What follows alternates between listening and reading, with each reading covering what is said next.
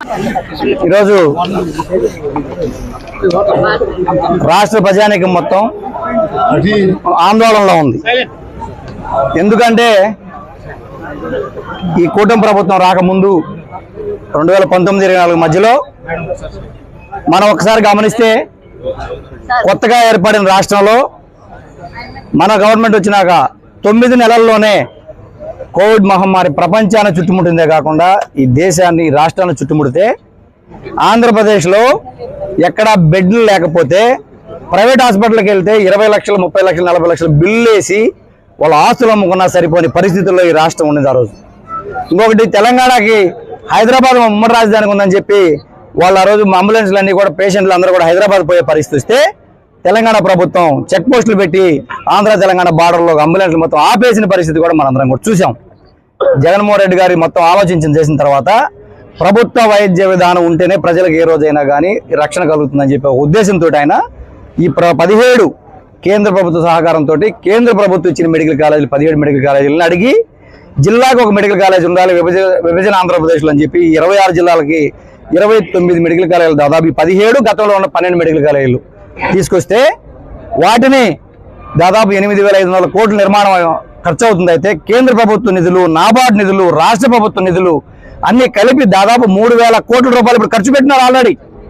కేంద్ర ప్రభుత్వం వాటా కానీ నాబార్డ్ నిధులు కానీ ఆల్రెడీ మీకు ఇంకా సగం పైన వచ్చే పరిస్థితి ఉంది. ఈరోజు వాటన్నిటిని ఆపేసి ఈరోజు మీరు 10 మెడికల్ కాలేజీలని పీపీపీ మోడ్లో బయట వాళ్ళకి ఇస్తామని చెప్పి మీరు నోటిఫికేషన్ ఇచ్చారు అంటే ఇంతకంటే దుర్మార్గమైన పరిస్థితులు ఇంకొకటి లేవు.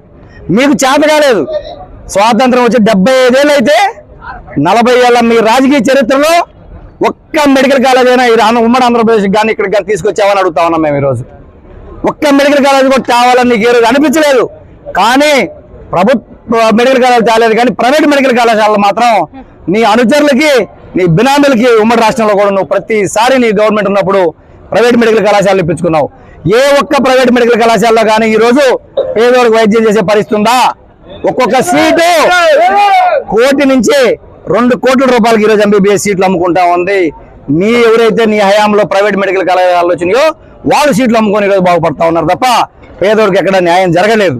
కాబట్టి రాజశేఖర ఆరోగ్యశ్రీ తీసుకొచ్చి సీఎం రిలీఫ్ ఫండ్ అన్ని కూడా సాయం చేసుకుంటూ వస్తే ఇప్పుడు ఈ గతంలో ఉన్న 12 మెడికల్ కళాశాలలు ఈ 17 మెడికల్ కళాశాలలు మొత్తం కానీ అందుబాటులోకి వస్తే దగ్గర 29,000 బెడ్లు సూపర్ స్పెషాలిటీ హాస్పిటల్స్ ఈ రాష్ట్రంలో వచ్చేదానికి అవకాశం ఉంది. అన్ని జిల్లాల్లో ఈరోజు మీ సీఎం రిలీఫ్ ఫండ్ కింద దగ్గర 1,000 కోట్లు చెల్లిస్తాం. 3,600 కోట్ల రూపాయలు ఒక సంవత్సరానికి మీరు ప్రైవేటు హాస్పిటల్స్ డబ్బులు చెల్లిస్తా ఉన్నారు. ఇది ఆగిపోద్ది కదా. రేపు ప్రతి జిల్లాలో సూపర్ స్పెషాలిటీ హాస్పిటల్ ఉంటే వాటిని సరైన నిర్వహణ చేస్తే ప్రతి ఒక్కరూ సీఎం రిలీఫ్ ఫండ్లో లేకపోతే ఆరోగ్యశ్రీలో ప్రైవేట్ హాస్పిటల్ పోకుండా గవర్నమెంట్ హాస్పిటల్కి వెళ్ళి వైద్యం చేయించిన పరిస్థితి. ఒక్క సంవత్సరం మీరు సీఎం ఏదైతే ఆరోగ్యశ్రీకి ఇస్తున్నారో 3,500 కోట్లు ఆ నిధులు కేటాయిస్తే మెడికల్ కాలేజీలు పూర్తి అయ్యే పరిస్థితుంది. 29,000 బెడ్లు ఉంటే అసలు సంవత్సరంలో 1,00,000 మంది పేషెంట్లకు వైద్యం అయ్యే పరిస్థితి ఉంది. ఇదే కాకుండా 2,500 మంది ఎంబీబీఎస్ సీట్లు, మళ్ళీ పీజీ సీట్లు కూడా దాదాపు 1,100-2,000 పీజీ సీట్లు వచ్చే అవకాశం ఉంది. ఇవన్నీ పక్కన పెట్టి మీరు ఈరోజు పీపీపీ మోడ్లో ఎందుకు ఇస్తున్నారు అంటే ప్రతి కాలేజీకి జగన్మోహన్ రెడ్డి గారు కేటాయించిన 50 నుంచి 100 ఎకరాల ల్యాండ్ ఉంది. దాన్ని దోపిడీ చేయడానికే మీరు ఈరోజు ఈ కార్యక్రమాన్ని తీసుకొచ్చి ఆ కాలేజీ ల్యాండ్లు కొట్టేయడానికి పన్నాగం పన్నారు. రెండోది, ఆల్రెడీ 5 మెడికల్ కాలేజీలు పూర్తిగా నిర్మాణం పూర్తయిపోయి అడ్మిషన్స్ కూడా 2023, 24, 25 అన్ని సంవత్సరాలు అడ్మిషన్ జరిగే పిల్లలు చదువుకుంటా ఉంటే అసలు కాలేజీలో లేవని చెప్పి నోటికి వచ్చిన అబద్ధాలు మాట్లాడుతూ ఉన్నారు. ఈరోజు మీరు మీ మీడియాను పెట్టుకొని అడ్డం పెట్టుకొని అవన్నీ పచ్చి అబద్ధాలు. 5 కాలేజీలు పూర్తయి కేంద్ర ప్రభుత్వం ఆల్రెడీ వాటికి అడ్మిషన్లు ఇచ్చి సీట్లు ఇచ్చి పీజీ సీట్లతో సహా ఇచ్చిన పరిస్థితి ఈరోజు మనం చూస్తూ ఉన్నాం.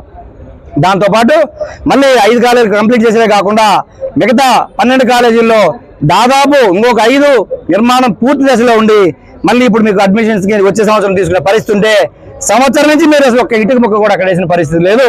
మళ్ళీ మిగతా 8 కాలేజీలు కూడా సగం నిర్మాణాలు పూర్తి చేసుకుని ఉన్నాయి.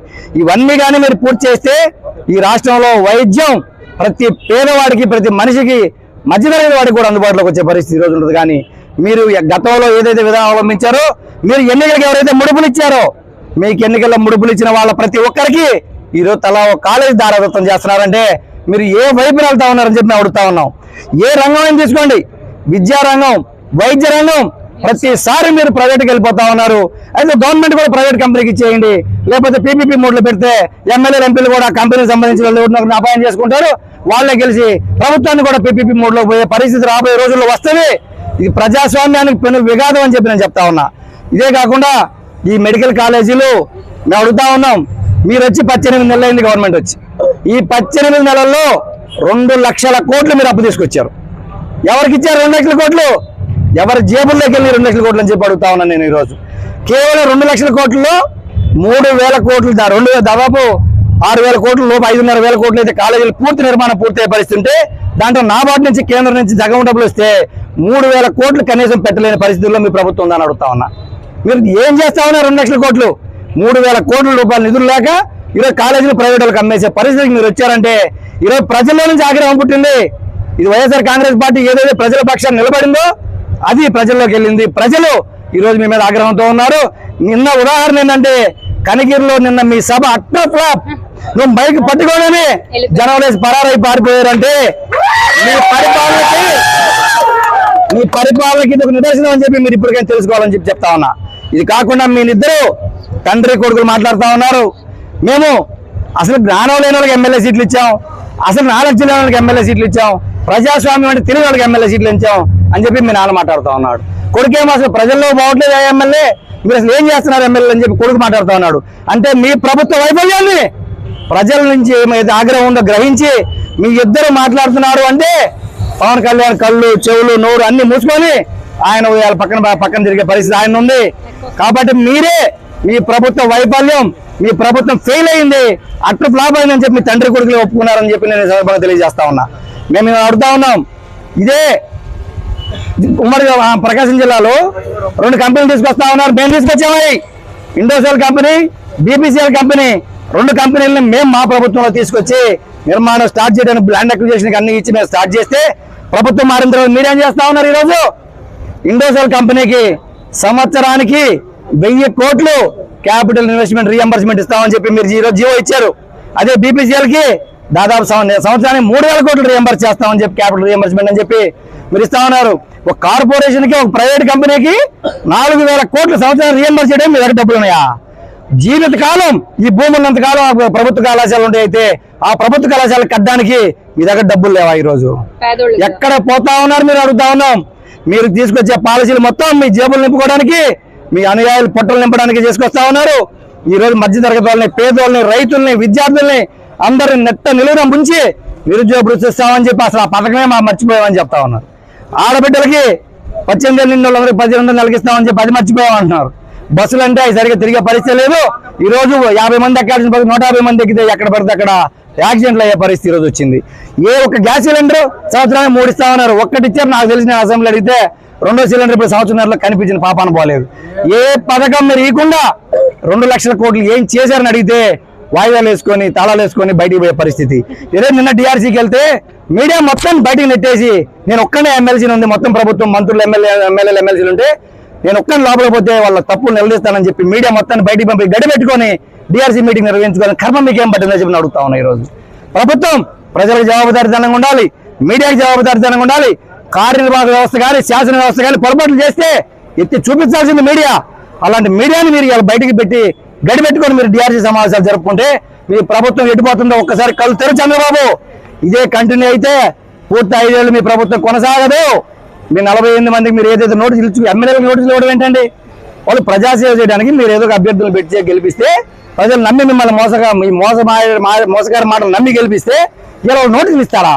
వాళ్ళు అవినీతి చేస్తున్నారు, మొత్తం రోడ్డు మీద పడి రొల్లుకుంటున్నారని చెప్పి మీరే ఈరోజు ఒప్పుకుంటున్నారు అంటే ఇంతకంటే అవమానకరమైంది ఇంకొకటి లేదని చెప్పి తెలియజేస్తా ఉన్నా. అర్జెంటుగా ఏదైతే మీరు పీపీపీ మోడ్లో టెండర్లకు వెళ్తున్నారో మా పార్టీ అధ్యక్షులు జగన్మోహన్ రెడ్డి గారు క్లియర్గా చెప్పున్నారు. ఎవరైనా టెండర్లో పార్టిసిపేట్ చేస్తే మా ప్రభుత్వం రాగానే మొత్తం టెండర్లు రద్దు చేస్తాం, కాలేజీలు మళ్ళీ వెనక్కి తీసుకొని ప్రభుత్వ నిర్వహణ చేస్తామని చెప్పి చెప్తా ఉన్నారు. దయచేసి ఎవరైనా ఈ బినామీలు కానీ కాంట్రాక్టులు కానీ మెడికల్ కాలేజీలకు రావద్దు. మీరు పనులు చేసుకోవడానికి, మీరు సంపాదించుకోవడానికి చాలా వ్యవస్థలు ఉన్నాయి, ఇన్ఫ్రాస్ట్రక్చర్లు ఉన్నాయి, హైవేలు ఉన్నాయి, చాలా ఉన్నాయి కేంద్ర ప్రభుత్వం రాష్ట్ర ప్రభుత్వం సంబంధించినవి. వాటిల్లో టెండర్లు వేసుకొని పనులు చేసుకోండి. కానీ ఇలా ప్రజారోగ్యానికి సంబంధించో ప్రజలకు సంబంధించిన వాటిలోకి వస్తే ఎట్టి పరిస్థితుల్లో వైఎస్ఆర్ కాంగ్రెస్ పార్టీ చూస్తూ ఊరుకోదు. మేము కోర్టులకు వెళ్తాం, న్యాయ వ్యవస్థలు ఉన్నాయి, మీడియా కూడా బాగా సహకరిస్తా ఉన్నారు ఈ విషయం. ఎందుకంటే ఈ రోజు ఒక మీడియా ప్రతినిధికి ఏదైనా హెల్త్ ఇంట్లో ప్రాబ్లం అయితే ఎక్కడే పోవాల్సిన పరిస్థితి ఉందని చెప్పి మేము అడుగుతా ఉన్నాం. ఈరోజు జిల్లాలు కొత్తవి, సూపర్ స్పెషాలిటీ హాస్పిటల్ లేవు, హైదరాబాద్ పోయే బెంగళూరు పోయి చెన్నై పోయే పరిస్థితి లేదు. వాళ్ళందరూ కూడా వాళ్ళు అక్కడికి అడ్డు పెట్టుకునే పరిస్థితులు ఉన్నాయి. కాబట్టి జగన్మోహన్ రెడ్డి గారు తీసుకొచ్చింది కేవలం ఈ రాష్ట్రం సస్యశ్యామలంగా ఉండాలి అంటే, ఒక కుటుంబం ఎదగాలి అంటే అది వైద్యం, విద్య, ఆరోగ్యం వీటన్నిటి వల్ల ఎదుగుద్దని చెప్పి ఆయన నమ్మారు. కాబట్టి ఈరోజు అన్ని 15,000 పాఠశాలలు నాడు నేడు కింద తీసుకొచ్చి, ఇంగ్లీష్ మీడియం తీసుకొచ్చి, ఐక్యరాజ్య సమితిలో పేద పిల్లలపై కూర్చొని స్పీచ్ ఇచ్చే పరిస్థితులు తీసుకొచ్చింది జగన్మోహన్ రెడ్డి గారు. ఆరోగ్య విషయంలో మన స్టేట్ కాదు, మన జిల్లా దాటి అడుగు బయట పెట్టకుండా ఏ జిల్లాలో ప్రజలు ఆ జిల్లాలోనే ఆరోగ్యం చేయించుకోవాలి, ప్రతి సూపర్ స్పెషాలిటీ హాస్పిటల్ ఉండాలనే ఆలోచనతో ఆయన తీసుకొస్తే ఈ రోజు దీన్ని మీరు చాలా దుర్మార్గంగా ప్రైవేట్ పరం చేయాలని చూస్తున్నారు. మేము వైఎస్ఆర్ కాంగ్రెస్ పార్టీ తీవ్రంగా ఖండిస్తా ఉన్నాం. తప్పనిసరిగా మీరు ఇది టెండర్లు రీకాల్ చేయాల్సిందే, మీరు వెనక్కి తీసుకొని ప్రభుత్వం నిర్మాణం చేయాలని చెప్పి అడుగుతా ఉన్నాం. మీకు డబ్బులు లేకపోతే చెప్పండి, ఈ రాష్ట్రంలో ఉండే 6 కోట్ల మంది ఆంధ్రులు చందాలు వేసుకొని మేము కాలేజీ నిర్మాణం చేసి గవర్నమెంట్కి అప్పచెప్తాం. మీకు చేత కాకపోతే మా వల్ల కాదు నిర్వహణ, మా వల్ల కాదు కన్స్ట్రక్షన్ అని చెప్పి మీరు చెప్పుకోండి. మేము తలా ఒక జిల్లాలో కాలేజీలు మేము దత్తత తీసుకొని మేము ప్రజల దగ్గర చందాలు పెట్టుకొని మేము కాలేజీ నిర్మాణం చేసి మీకు ఇస్తామని చెప్పి చెప్తా ఉన్నా. 300 కోట్లు 400 కోట్లు లేవా ప్రభుత్వం దగ్గర? ప్రభుత్వం దగ్గర ఒక్కొక్క జిల్లాకి 300 కోట్లు 250 కోట్లు లేవని అడుగుతా ఉన్నా. మీరైతే వేల కోట్లు దోపిడీ జరుగుతా ఉంది. మైనింగ్ లో కానీ, హైవేల్లో కానీ ఎక్కడ పట్టిన దోపిడీ. వ్యవసాయం నిన్న కాక మొన్న వస్తే ఈ రోజు వాళ్ళని పట్టించుకుని పాపాన పోలేదు, వాళ్ళకి వచ్చి పరిహారం చెల్లించే పరిస్థితులు లేవు, ఇంకా అవార్డులు ఇచ్చుకుంటా ఉన్నారు బాగా పనిచేశారని చెప్పని. ఇది మంచి పద్ధతి కాదు. దయచేసి ప్రజలకి వ్యతిరేక నిర్ణయాలు తీసుకుంటే ఆగ్రహం గురవుతారు. తప్పదు. ఇమీడియట్ గా దీన్ని టెండర్ని క్యాన్సిల్ చేయండి. అన్ని మెడికల్ కాలేజీలు 17 మెడికల్ కాలేజీలు 2 సంవత్సరాల నిర్మాణం పూర్తవుతాయి. ఇవన్నీ కూడా రాబోయే రోజుల్లో ప్రజలకు సేవలు అందిస్తాయి. విద్యార్థులకి ఇంకా డాక్టర్లు ఎక్కువ మంది వచ్చి ప్రజలకు సేవలు అందించే పరిస్థితి ఉంటుంది. కాబట్టి అన్ని విధాలుగా ఇది మీ ఫెయిల్యూర్, మా సక్సెస్ అని చెప్పి నేను చెప్తా ఉన్నా. దయచేసి జగన్మోహన్ రెడ్డి గారి పేరు వస్తుందని చెప్పి మీరు ఆలోచన చేస్తే మాత్రం మీకు తప్పదు. ఇదే మెడికల్ కాలేజీల దగ్గర మీకు తెలుగుదేశం పార్టీ ప్రభుత్వానికి ప్రజలే గుణపాఠం చెప్పి గోడలు కట్టి రోజు వస్తుందని చెప్పి నేను తెలియజేస్తూ ఇమ్మీడియట్ గా దీన్ని వెనక్కి తీసుకోమని చెప్పి మేము అందరం కూడా వైఎస్ఆర్ కాంగ్రెస్ పార్టీ తరఫున చెప్తా ఉన్నాం. ఇంకొకటి, ఈరోజు అధికారులు తీరు చూస్తే బయట కావచ్చు వాళ్ళు పర్మిషన్ ఇస్తున్నారు, రోడ్డు మీద నడిచేదానికి కూడా ఈరోజు మీకు హక్కు లేదంటే మేము ప్రజాస్వామ్యంలో ఉన్నామా, నియంతృత్వంలో ఉన్నామని చెప్పి అడుగుతా ఉన్నా. ఎక్కడ పోతా ఉన్నాం? ఈరోజు ఇదే ప్రభుత్వం కంటిన్యూ ఉంటుంది అనుకుంటారా? లోపలికి వస్తే తహసీల్దార్ ఉన్నాడు, డిప్యూటీ తహసీల్దార్ కనీసం మర్యాద ఉండదు. రెవెన్యూ అధికారులు కూడా ఇష్టారీతిగా ప్రవర్తిస్తా ఉన్నారు. దయచేసి మేము ప్రజాస్వామ్యయుతంగా మేము మీ దగ్గర మా పర్మిషన్ తీసుకొని ప్రజాస్వామ్యయుతంగా ప్రజాస్వామ్యబద్ధంగా మేము ఈ రోజు మీకు వచ్చి రిప్రజెంటేషన్ ఇవ్వడానికి వస్తే దానికి కూడా అడ్డుకునే పరిస్థితికి వచ్చారంటే ఈ ప్రభుత్వం వైఎస్ఆర్ కాంగ్రెస్ పార్టీ కార్యకర్తలుగా, నాయకులుగా ప్రజలకు భయపడతా ఉంది. ఇది ఎక్కువ రోజులు నడవదు. దయచేసి అధికారులు గుర్తుపెట్టుకోండి, ఎక్కడికి పోదు. 2-3 ఏళ్లలోనే మళ్ళీ ప్రభుత్వం మారుతుంది. మారిన తర్వాత మీ పరిస్థితులు ఎందుకు ఆలోచించుకోమని చెప్తాను. ఎందుకంటే మేము చాలా మీకు గౌరవిస్తున్నాం, మర్యాదిస్తున్నాం. అపోజిషన్లో ఉన్నా కూడా మీతో కలిసి మేము నడుస్తా ఉన్నప్పుడు మీరు ప్రజాస్వామ్యంలో మీ బాధ్యత కూడా ఉంది. రేపు మీ పిల్లలు చదువుకోవాలంటే ఇదే మెడికల్ కాలేజీలు ఉపయోగపడతాయి. మీరు అందరూ కూడా కోట్లు పెట్టి కొనగలుగుతారా? రేపొద్దున రెవెన్యూ డిపార్ట్మెంట్, పోలీస్ డిపార్ట్మెంట్లో వాళ్ళందరూ 1 కోటి నుంచి 2 కోట్లు అమ్ముకున్నారు బయట మెడికల్ కాలేజ్ సీట్లు. మీ పిల్లలు మెరిట్లో రావచ్చు, రేపు బి కేటగిరీ, సి కేటగిరీలో మీ పిల్లలు కూడా రావచ్చు. దయచేసి ప్రజలకు సంబంధించిన ఏ సమస్యనో మేము రోడ్డు ఎక్కుతాం. మాకు మీరు ప్రజాస్వామ్యబద్ధంగా సహకరించండి, మేమేమి ఇల్లీగల్గా సహకరించండి అడగట్లేదు. దయచేసి ఇది పునరావృతం కాకుండా చూసుకోండి. పునరావృతం అయితే మాత్రం తీవ్ర ప్రతిఘటన ఉంటుందని చెప్పి నేను సందర్భం తెలియజేస్తాను.